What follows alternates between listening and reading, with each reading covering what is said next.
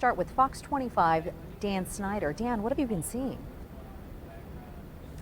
I think the big story that we're really going to follow out of all this, the size of the crowd. You go back to the beginning of the week, the president tweeted out more than 1 million people had requested to be at this event. The campaign realistically kind of tampered that down to still 100,000 people. No small crowd for Tulsa, but today, the street you see behind me, it is full of people right now, but these are all people filing out of the BOK Center. We thought this street was going to be packed for the outdoor events that were supposed to go on. It was empty. Those events were then canceled, including a speech by the vice president and the president. Starting off with Fox 25's Dan Snyder. He was in the courtroom this afternoon and is live now in Norman with more on that decision. Dan.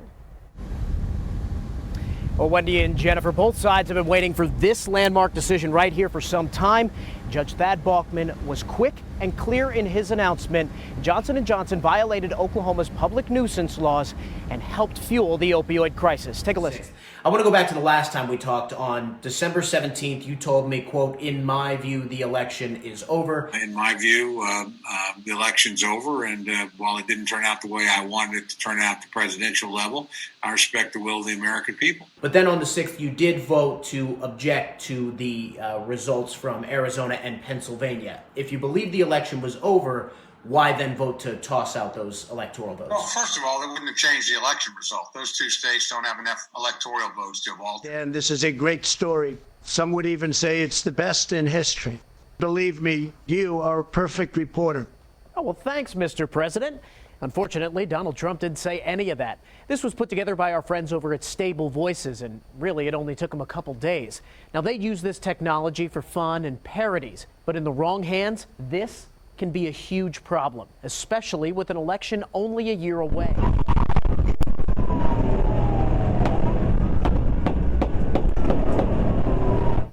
A wild police chase in Edmond this morning ends with 4 people in handcuffs. It started around 3:15 with a 911 call at the Coffee Creek Apartments saying people were breaking into cars in the complex. Now, police were able to catch up with those suspects who were in a stolen car right here at around 2nd and Broadway. That's where that chase really starts. Police say the driver then went down Boulevard right here to about the Kilpatrick, went west, then looped right back around up onto the Broadway extension. Now, right here around Memorial, that's where police try their first pit maneuver. Take a look at this. You're going to see officers are able to spin out the suspects in this car. But in just a second here, that car is going to come right back in frame and continue north on the Broadway extension. Police are able to catch up, and they're going to try a second pit maneuver. Watch, you're going to get a little bump in the back of this car, and then here comes that bump. Watch this back window now. You're going to see it roll down, and in just a second after this third bump, there's a gun that comes out. 7 shots fired at that car. Fortunately, the officer and the cruiser were not hit. Now, police back off just a little bit, and then they're going to head back into this chase. It continues north, then east, then back to Boulevard. That's when they go south until right here, about Eastern and the Kilpatrick. That's where the suspects run into a little bit of trouble. Take a look at this video. Instead of getting on the Kilpatrick, they end up off the road and near the salt barn in this area. And you're going to see in just a few seconds, there's one suspect that comes out. The gun dropped right there. That car crashes. Here come the rest of those suspects, and here come Edmond police. Now, after that chase happens. Here's 2 arrests that Edmond police released the video for. Those 2 have been identified. That's Thomas Johnson and Corey Turner in that video. A 16 and 17-year-old were also arrested. They were not named, but all 4 are going to be charged as adults. And as you can see, they're all facing a laundry list of charges. Another thing Ada got hit with, some pretty damaging hail. I want to show you that right now. Take a look. Here's some good-sized pieces of hail, and just for scale, got our handy-dandy pink golf ball there. Now, this hail, as Jordan showed you Colleen Wilson's photo, Colleen with me right now, this hail has melted significantly, but this is some pretty sizable hail. Just hours now to Election Day, and President Trump and Joe Biden have wrapped up their final pitches to voters. Here's a look at where we think the electoral map stands right now. Blue states most likely going for Joe Biden, red for President Trump. That leaves us with about 10 toss-up states right now. Now, for the president, good news. These are all states that he won in 2016, but he's facing 2 big problems right now. Take a look. Not only, first of all, he's trailing Joe Biden in almost all of these states, according to the polling average from 538, lone exception right now, Iowa, and that's a 1.5 points. But the bigger problem for the president, he's running well behind his 2016 finish numbers. You can see behind 3 points in Pennsylvania, big losses down here in Wisconsin and Michigan. So how does each one of these candidates win the 2020 election? Let's start with Joe Biden. His path is relatively straightforward. He's got to win the two close states that Hillary Clinton won in 2016. That's Nevada and Minnesota, already given him to them. Then he's got to win back what's known as the blue wall. That would be Wisconsin, Michigan, and Pennsylvania. Good news for Biden. He's polling very well in all of those. I took off New Jersey there, but add it back in. That's at 270. He doesn't have to worry about Florida, doesn't have to worry about Texas, Georgia, Arizona. He's got to win those three big states, and it goes to him. People are actually being released, because I know with Jim C. McGirt, he was held until his federal trial could go through. These people are actually being released from prison. 100%. 100% there's people being released from prison. Back here, election results continue to come in, and we are closing in on an end to the big congressional District 5 race. State Senator Stephanie Bice, the Republican challenger to Congresswoman Kendra Horn, is expanding her lead now to nearly 8,000 votes. We're at about 95% of those precincts reporting. You just take a look right here. Congresswoman Horn is winning in the Oklahoma City Metro by about 7,000 votes. She won in the Oklahoma City Metro by about 10,000 votes 2 years ago. But this is the big one. Pottawatomie County, the turnout there, very, very much higher than it was back in 2018. In fact, we can look at that.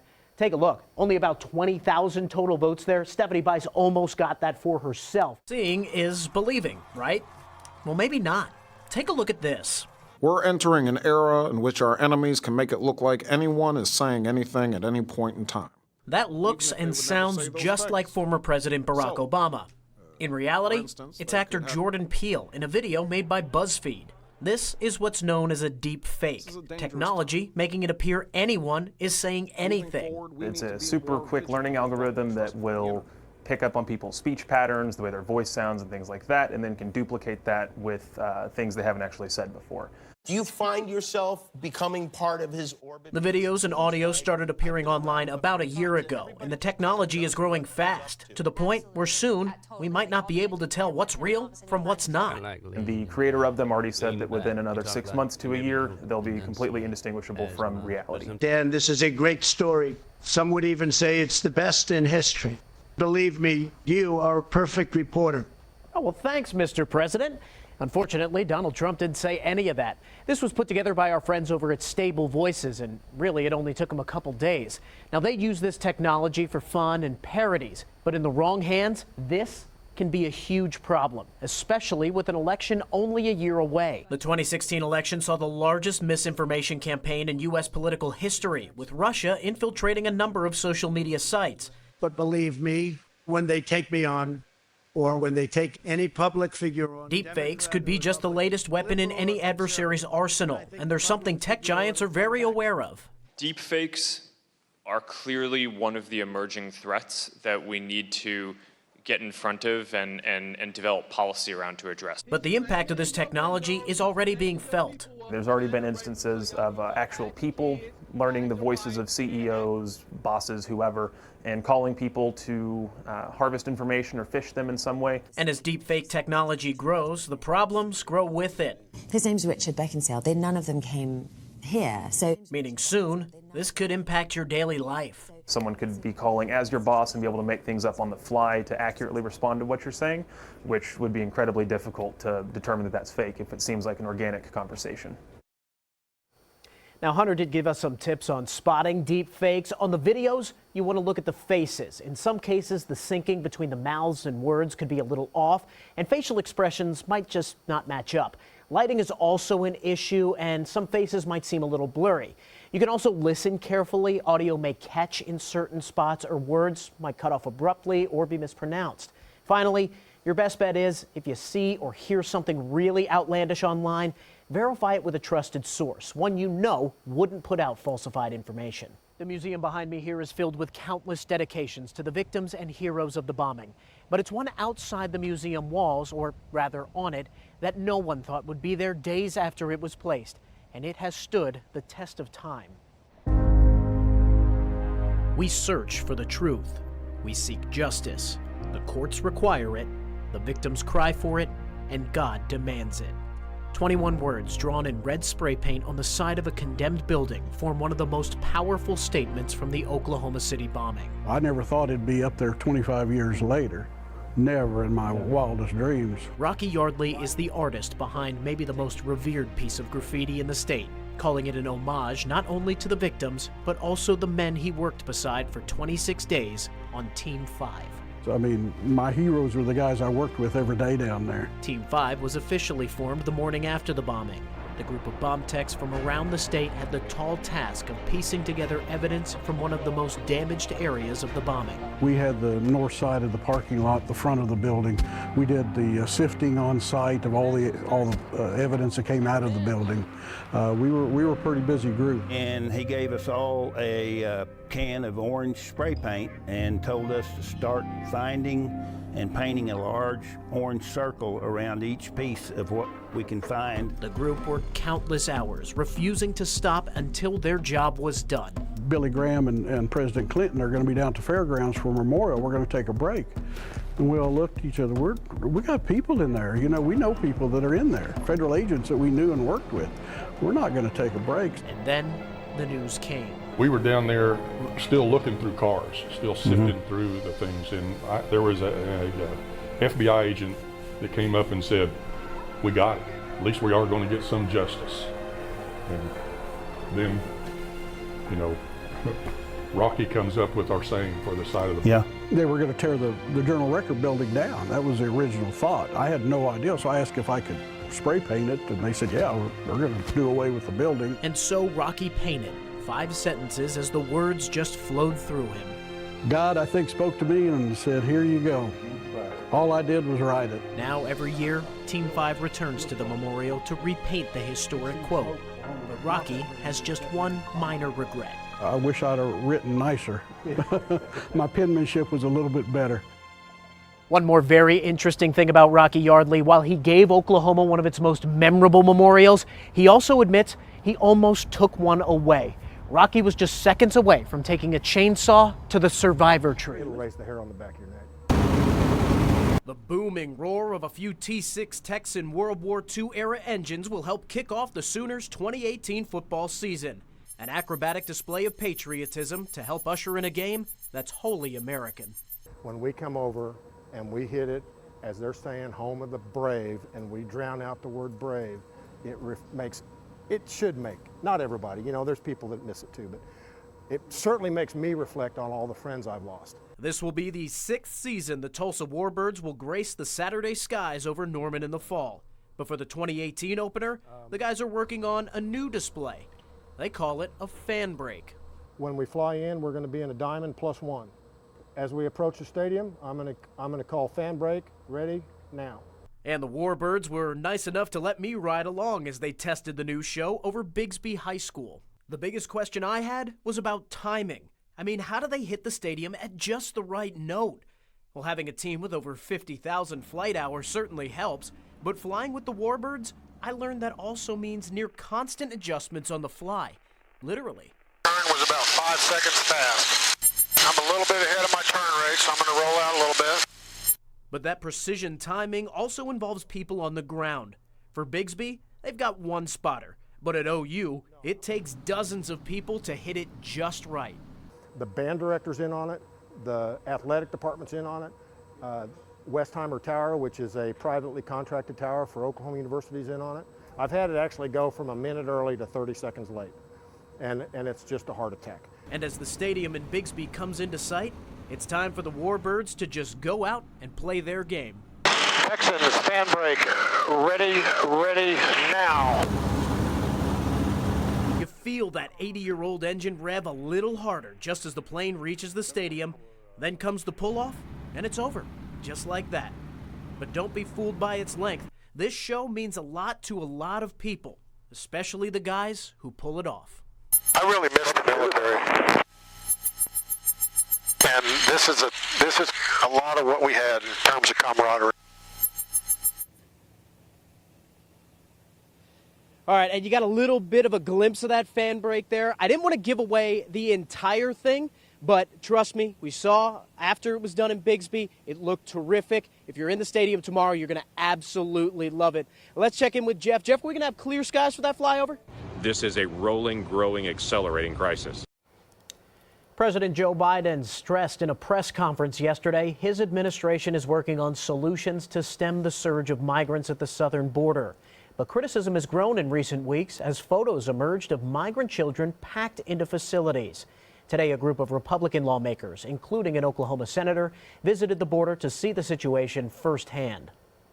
Hey, Senator James Lankford here. It's Friday morning, was out until very late last night on the border. Oklahoma Senator James Lankford and a dozen other Republican senators traveled to the border facilities in McAllen, Texas, amid a wave of migrants trying to get into the U.S. Specifically, they visited the so-called Donna facility that's reportedly at 1,500% capacity. The pods where people are being kept are designed for 80 people.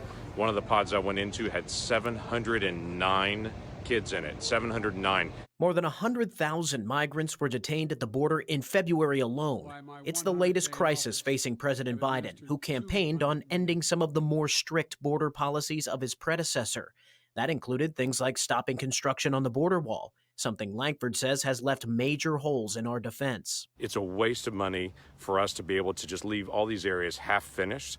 It's also a huge security issue to have big gaps in our security perimeter. Lankford says the flood of migrants also opens the door for drug smugglers who can take advantage of an overwhelmed border patrol. 41% of the drugs that come in the United States between the ports of entry are coming through in this area right here. So literally they're sending families one way in large groups and then pushing drugs another way into the country. Republicans have pointed to Biden's early decision to roll back Trump-era border policies as the reason for the surge. But the president says these types of waves are nothing new and suggested immigration surges happen every year in January, February, and March, minus last year during the pandemic. Does anybody suggest that there was a 31% increase under Trump because he was a nice guy and he was doing good things at the border? That's not the reason they're coming.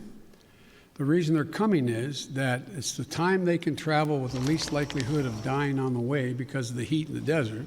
It's a crime every parent fears and one law enforcement struggles to keep up with. Child predators using the internet and social media to vastly expand their access to kids. And police fight an uphill battle to keep up with ever-changing technology. So we spoke with some of the best at hunting them here in Oklahoma.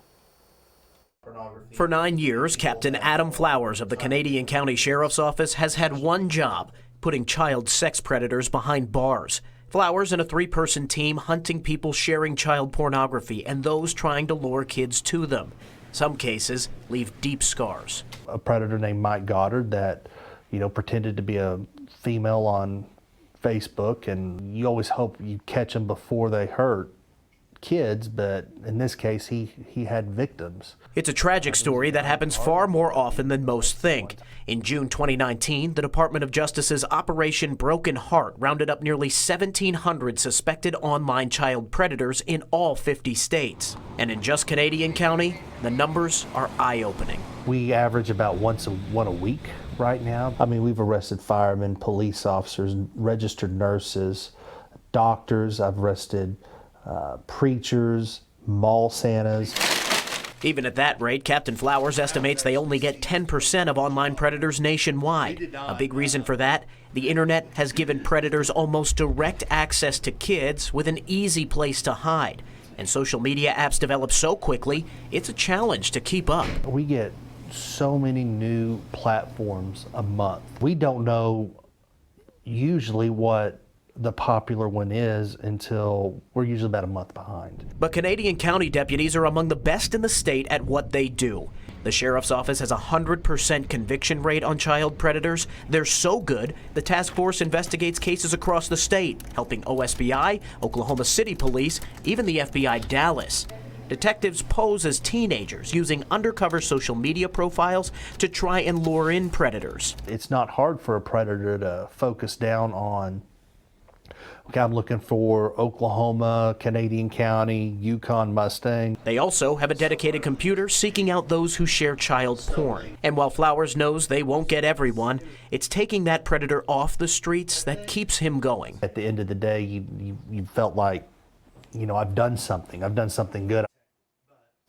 Now, parents, Captain Flowers says you are the first line of defense in fighting off child predators. Here's a look at 5 things you can do to protect your kids. First, educate yourself on the latest social media apps, trends, and tech. The apps kids use are changing all the time, and it's really important to keep up. You also want to talk with your kids. Make sure they know who they're talking to and why it can be dangerous to share personal information online. Third, look for behavioral changes. Have your kids become more secretive and defensive when you ask about their phone. And also monitor what your kids are up to online. That goes for phones and computers.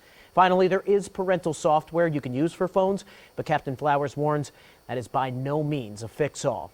Make sure you head to OKCFox.com for a look at some social media apps your kids might be using that you've never heard of. This week, dozens of Oklahoma veterans took the trip of a lifetime. For just about 10 hours, they traveled the nation's capital, visiting the monuments to their heroic deeds. I was honored to be able to join them on this trip yesterday. Here's a look inside the Oklahoma Warriors Honor Flight. Appreciate it, man. Thank you. Pre-dawn, 75 Oklahoma veterans and their guardians for the day board buses outside the Hard Rock in Catoosa. By 7, it's wheels up at Tulsa International. And a little more than 2 hours later, the Oklahoma Warriors Honor Flight arrives in the nation's capital to some very welcoming fanfare. But this day is just getting started. Veterans from all branches who served in Vietnam, Korea, and even World War II will visit landmarks dedicated to their fallen brothers and their own heroic acts in America's times of need. There was a visit to the Marine Corps Memorial, and outside the Lincoln Memorial, the Marine Corps drill team put on a show for the vets. One of the big highlights, 4 Oklahoma vets placed a wreath at the tomb of the unknown soldier. It's something Vietnam vet Gary Douglas calls the honor of a lifetime. Just to be chosen for that, it just blew me away. It just totally awesome. Vietnam had a particular focus on this trip. It was the largest contingent of Vietnam vets the Oklahoma Honor Flight has taken so far. They did not have a good homecoming back when they were in the Vietnam War. And so many of them come up today and say, now I finally feel like I've been welcomed home. And for many Vietnam vets we spoke with, visiting the memorial provides a chance at closure. I know guys that had a really hard time in Vietnam. I mean, there was a lot of action. And they come here a lot, and they remember it, and like I said, they remember the people they was with, and it makes them heal. But all the veterans got to make a stop at their respective memorials, including Korea. Hey, sir. Hi. My name's Josh. Nice to meet you. Bill Renfro. Nice to meet you, Josh. Nice to meet you. Where are you from? I'm from Orlando, but I'm stationed in San Antonio. And World War II.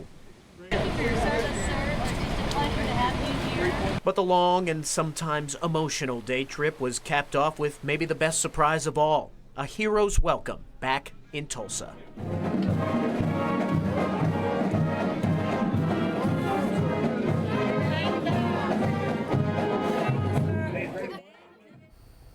Now, what's important to remember here, all the honor flight trips are made possible only through donations. Each trip costs about $125,000, and Jeff tells me they already have a waiting list of over 250 vets who want to go, and they want to take them all there. So if you'd like to help out either with a donation or even as a guardian, we've got your back with all that info on our website, OKCFox.com. We've got more stories on the trip coming up the rest of the week. Tomorrow, we're going to focus on those 3 amazing World War II vets who made the trip.